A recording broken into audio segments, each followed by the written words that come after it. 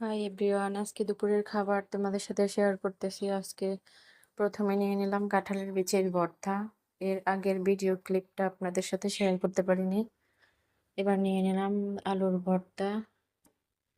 তো আমার খাবারটা কেমন লাগে আপনারা কমেন্ট করে জানাবেন।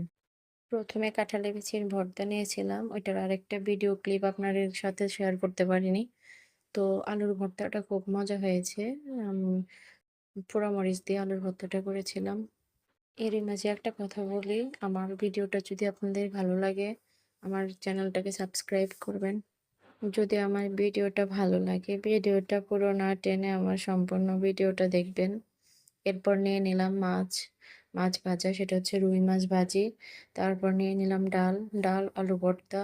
লেবুর কম্বিনেশনটা অনেক মজা সত্যি, সাথে যদি থাকে ভাজা মাছ তাহলে তো আরও মজা।